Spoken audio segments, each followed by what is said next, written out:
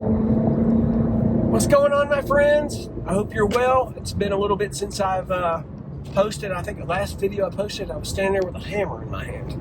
That was me. That really was me. And I decided that I would self-contract to build on my home. And man, that's been some work.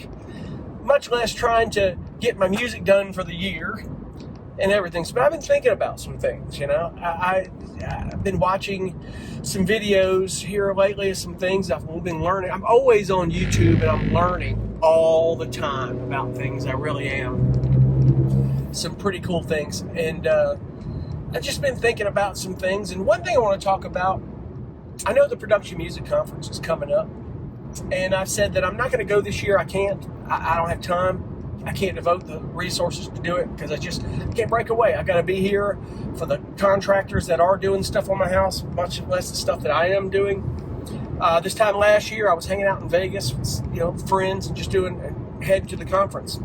And this year, I'm here. I'm home doing this thing. So, but that's okay. I am attending it virtually, and I did say that I encourage you to go to the PMAmusic.org, Production Music Association. Go get a virtual ticket. A non-member is $219. If you're a member, it's half that. Basically, the non-member, if you do the member, you got to get the membership if you want to be a member. They're trying to get you to be a member. So if you're like, oh, if I just get a membership and pay the member ticket, it's the same as a non-member, just get the membership. It's okay to get a membership. They have events and panels and things going on all year round. Some in-person stuff, depending on where you live in the country. But I was thinking about something, a lot of people, man, and something that I cringe and it bothers me to see some people do this, and people have done it. They've learned the hard way. If you haven't been doing music licensing long, unless you're have busted into this industry and have done well, and you got a consistent income, you have no debt, you have savings in the bank, please, whenever I tell you to, please don't go quit your job. Don't go do that.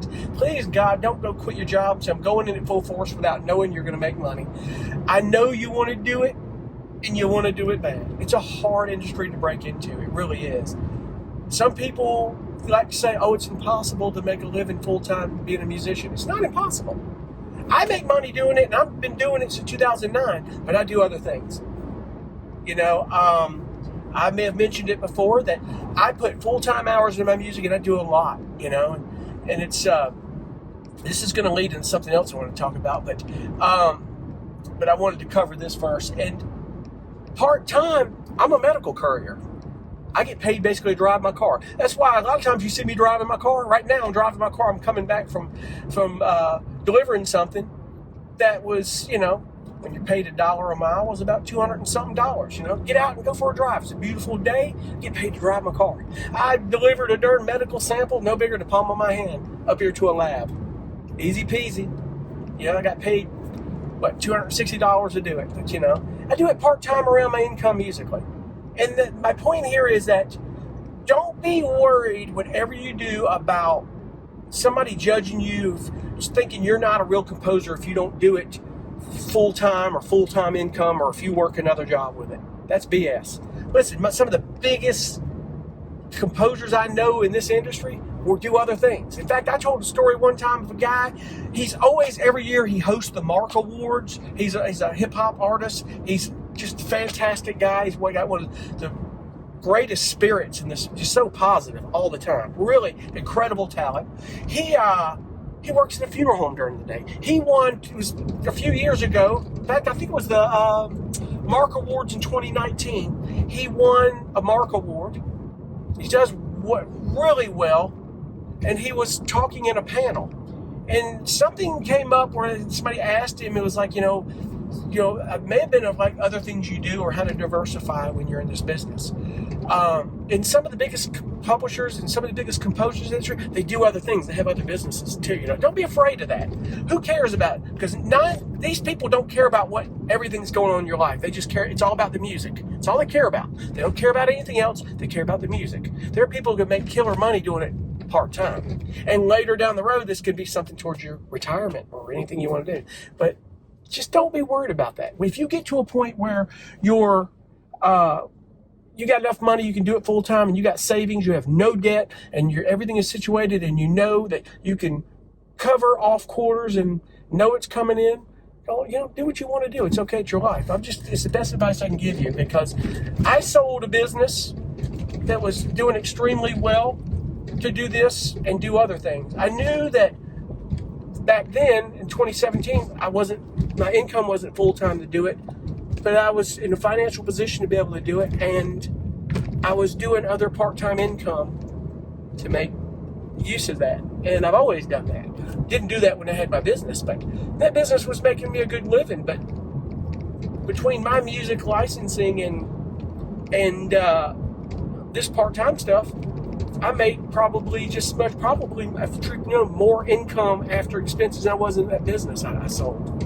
And I've talked about that. It was a flower shop. But this guy I'm talking about, who won the Mark Award, he said, I work at a funeral home during the day. And I think he said something like, don't be worried about if you work another job. That's not what this is all about. There are a lot of people that do other things.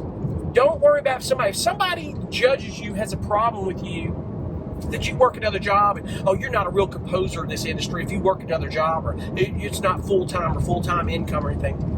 They're lying to you, and that's not cool. You don't say that to somebody. Those are the people you don't get advice from, for one. And number two, those are the people that honestly would never give you the time of day. They're not giving you any advice. And I talked about this before, is that it's like this in every industry, but there are a few people at the conference. You'll notice them if you go to the conference, standing in the corners talking to little cliques.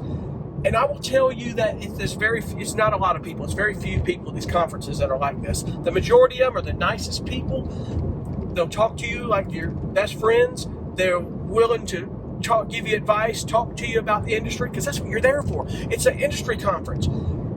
You learn more from other people than you do those panels, but those panels are amazing. That's why I tell you, do it virtually, because you keep up what's going on in the industry. It's incredible advice from some great people from all walks of the earth. Plus, they have some of the biggest composers in the industry that have composed some of the biggest films you've ever seen that are speakers at these conferences. I've seen them. I'm telling you, I have. I've met them. But some of these people standing there, and I've walked past, said, hey, and they just look at me like it's crazy and didn't really want to talk to me. It's like, those people wouldn't piss on me if I were on fire. But I don't care about that, because those are the people, honestly, you probably shouldn't work with. And they, those people probably are overcompensating or covering for something that they aren't doing or don't have or don't want you to know. They want to make you think that things are better than they are, or that they're better than you. And that's sad. People should never be like that. Don't ever, it's not even worth fretting over. Just walk away from it. But I'd say 95%, 98% of the people at these conferences are great people. The lady, saying girl, I'm sorry, but Morgan McKnight, that is the director of the PMA, she's always willing to help. I'm telling you, she works hard getting these events together, and she does a great job at it. I mean to tell you, she does. She's fantastic. If you're at that conference and you need advice, you need some help to connect and talk to somebody, listen, she'll walk up to somebody, one of these music supervisors or big libraries, or some of the board members that are huge, some of the biggest music supervisors in the industry, the biggest, come to this conference. This is the conference, the working conference. It's the one to go to if you're working. She'll walk you up to them and say, listen, you have some questions. Would you mind taking a minute to sit down with them? Man, that's the way some of these people are. But don't, just be careful what you're doing, but enjoy your music. Don't fret that you work a job. Don't make your life miserable that you're doing more than one thing.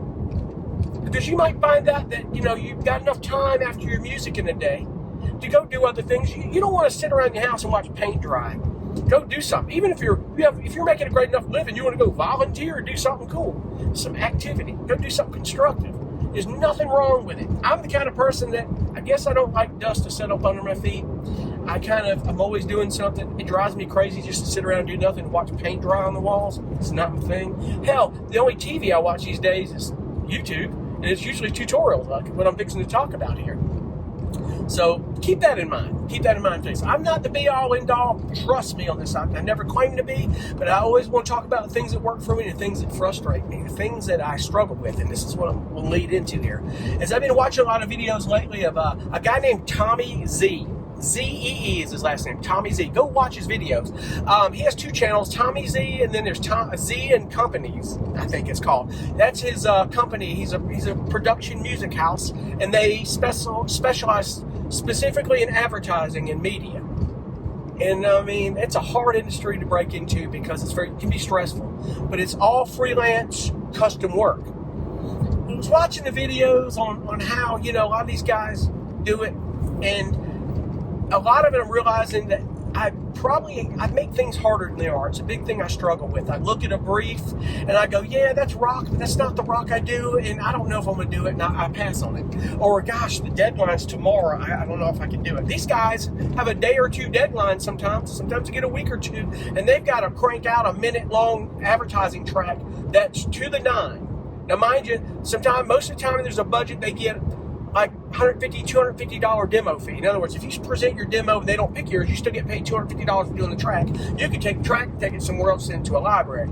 But if you get picked, it's big money, but there's a lot of revisions, it's a lot of patience, a lot of things you got to learn about that industry, even more so than the library industry. What I love about the library industry is that you can write without stress, and you're not writing to asset. When I say asset, I mean writing to video, writing to a commercial, a show, a movie. That's hard, and I've done it a little bit. I wrote for a Pampers commercial. I didn't get it one time, but I was like, man, when I wrote for that Pampers commercial, it's hard because you didn't have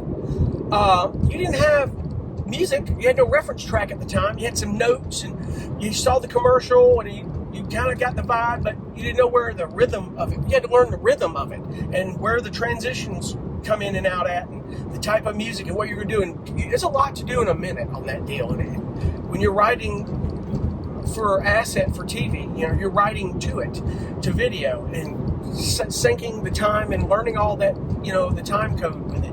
But I like library music because it gives you freedom to write for that vibe where they can chop it up, but you have to think, and it's teaching me, those videos they were talking about taught me to think more about, build a scenario when you're writing those tracks of how they would use it, how they chop it up, and how it would end. If you're writing for advertisement and you're not writing the video, you're writing the vibe, it's going to be a minute long, but it's got to be down right in a minute, and it has to be on par. It has to be something that they can use, and they can use, and they can chop it up and take it and do whatever they want with it. And that's library music as a whole. Sorry about that. A little distraction here trying to drive. But I watched this guy's videos, and I've learned so much about how they dissected a reference track in ways I've never learned in my life. It's amazing how these guys, they were held to, that snare drum has to be exact. The tone of those keyboards, the reverb in those keyboards. And I'm telling you, so when you listen to a reference track, learn how to dissect that. If you can dissect it, and I'm learning this, it will make you better as a composer to where you might be able to dive in genres of music that you never thought you could do. Even the hybrid stuff, and may be able to challenge yourself. And I'm learning that if I just challenge myself more, I'll be better. I'll be able to handle what I think is stressful and the tense briefs, and maybe just go, I might not like it. That's one thing I like. I don't want to do that, but I need to do it. I need to find the guitar tone. I need to find the drums. And I think somebody told me one time, I don't think they did, sorry. They told me some of the best advice is it's okay to take that track and reverse engineer it by just taking the drum track and copying it. Copying the track, the progression, the melody, and do everything. But whatever you do, don't ever use that melody. Don't ever rip these tracks off. Don't do it. It's a good way to get sued, and they ain't gonna take the track, and they won't use you again if you do that. But take it, and then after you've reverse engineered the actual track and the vibe of it, do it in the same vein in your own style. In other words, change it up, write your own progression over that. Do some different sounds over it that are in that vein. Do some things different. Do it in your style. And I struggle with that sometimes. I really do. And my biggest thing is I worry more, I think too much about volume. And I've thought about a lot of this. I'm thinking, man, I need to do 200, 250 tracks a year. But what I need to be concentrating on, and I tell myself this all the time, and I struggle with it, and I know some of you do too, is that you're thinking, gosh, You got to have volume. You got to get that stuff out. Yes, volume is good, but you got to have quality as well as quantity and ways of trying to get the best tracks you can out there that people are using and placing a lot of. Now, granted, I do a lot of tension stuff. It gets placed a lot. I do rock stuff. It gets placed a lot. And I need to do more guitar-oriented stuff. And it's making me realize I've got to pick up my guitar more and more and more about what I do. But I also need to try to venture in other genres of music. Listen, I've put off doing dramedy for years. I've done 2 tracks that were dramedy that I didn't even know I was doing dramedy when I did it years ago, and they were awful. But they got placed. They still get placed from time to time. I can't believe that. Because it's kind of a dramedy-based track, and luckily, I had a button ending on the end of it. It was too repetitive. It was horrible. This is something I wrote way back in the early days, 2009, when I was trying to figure this whole thing out. Just trying to throw spaghetti at the wall. But there are things, you might not like it when you compose it, but if it's done right, you would be shocked how much placement you get out of it, because what doesn't work for you will work for somebody else. Don't discount the stuff that you do that you don't think it's going to get placed. This isn't writing hit songs for people, folks. It's just not. This is writing for media, writing for an emotion, for the vibe that works.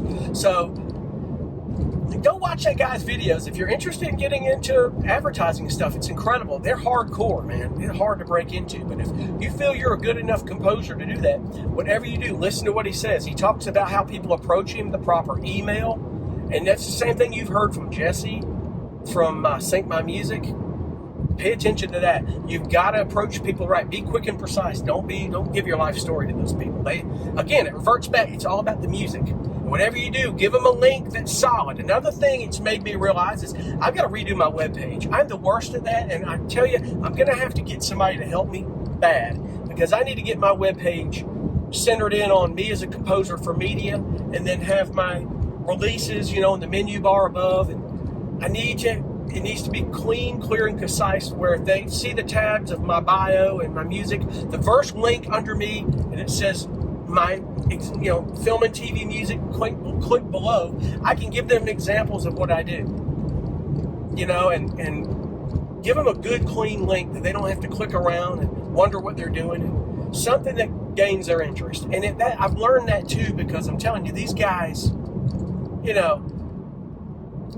he's got a group of composers that get it, man, and they're good. And not to say that you don't or I don't, but I struggle with that. There's a level of, I think I'm going to fail, or it's stressful, and I'll get shit canned from day one on this deal. And I know a lot of us go through it. It's almost like imposter syndrome. Dave Croft talks about that stuff. And just think about those things, man. But go watch that guy's videos. I wanted to pass it on. I wanted to talk about that a little bit. I didn't mean to drag on so long and for my GPS to interrupt me, but it is what it is. But anyway, I hope you guys are well. I want to get on and talk more throughout the year when I can. And I thank you so much for watching. We'll see you in the next one. Be cool. Bye.